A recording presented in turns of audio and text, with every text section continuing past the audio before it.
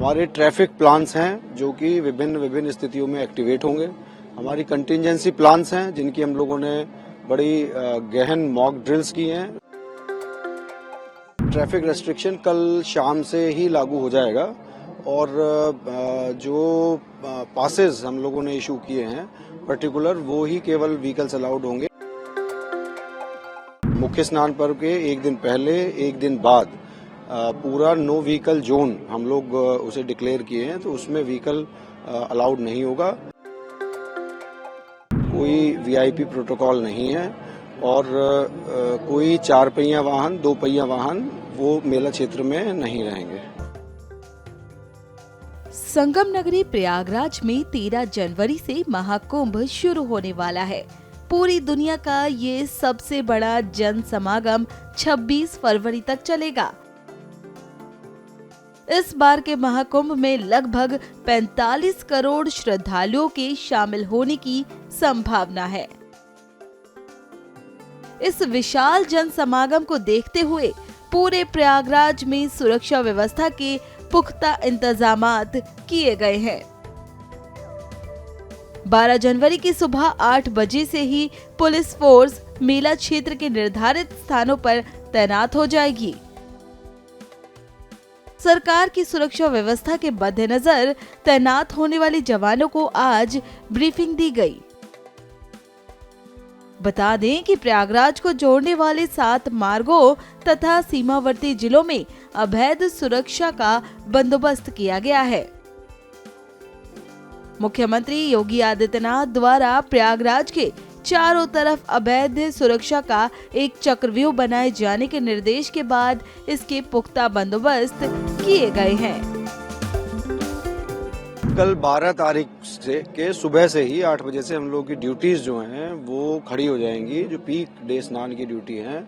और आज हम लोगों की फोर्स की ब्रीफिंग चल रही है। जितनी भी फोर्स तैनात है, सभी हमारे राजपत्रित अधिकारी, सभी हमारे थाना प्रभारी, चौकी प्रभारी और सेंसिटिव लोकेशंस पे, बैरियर्स पे जो फोर्स है उन पे जो तैनात पुलिस कर्मी है वो बुलाए गए हैं। इनकी डिटेल में ब्रीफिंग की जा रही है। हमारे ट्रैफिक प्लान्स हैं जो कि विभिन्न स्थितियों में एक्टिवेट होंगे।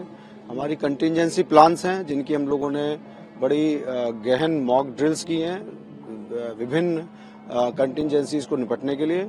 उनके संबंध में पुनः यहाँ पे ब्रीफिंग करी जाएगी और हम लोग पूरी तरीके से तैयार हैं। कल सुबह 8 बजे से हमारी ड्यूटियां जो है वो मुस्तैद खड़ी हो जाएंगी। ट्रैफिक रिस्ट्रिक्शन कब से लागू होगा, क्या क्या है इसमें? देखिए, ट्रैफिक रेस्ट्रिक्शन कल शाम से ही लागू हो जाएगा और जो पासेस हम लोगों ने इशू किए हैं पर्टिकुलर वो ही केवल व्हीकल्स अलाउड होंगे, लेकिन पीक डे पे कोई वाहन अलाउड नहीं होगा। मुख्य स्नान पर्व के एक दिन पहले एक दिन बाद पूरा नो व्हीकल जोन हम लोग उसे डिक्लेयर किए हैं, तो उसमें व्हीकल अलाउड नहीं होगा। जो पैदल तीर्थ यात्री आते हैं स्नान के लिए काफी बड़ी भारी संख्या में, उनकी जो सुविधा है वो सर्वोपरि है कि उन्हें कोई दिक्कत ना हो और सभी लोग अच्छे से आएं और सकुशल स्नान करके लौटें।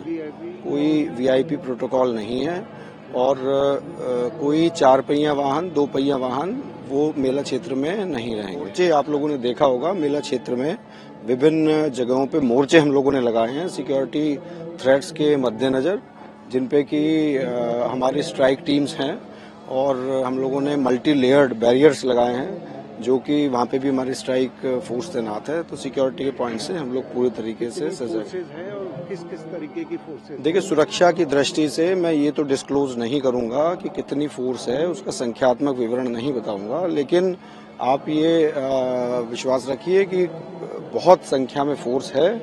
स्पेशलाइज्ड यूनिट्स हैं जो कि स्टेट पुलिस की, सेंट्रल फोर्सेज की, स्ट्राइक टीम्स, हर तरीके के एंटी टेरर यूनिट्स, वो सब हम लोगों के पास तैनात हैं और मॉडर्न इक्विपमेंट्स, गैजेटरी हम लोग की इन प्लेस है and we are fully prepared for the main event.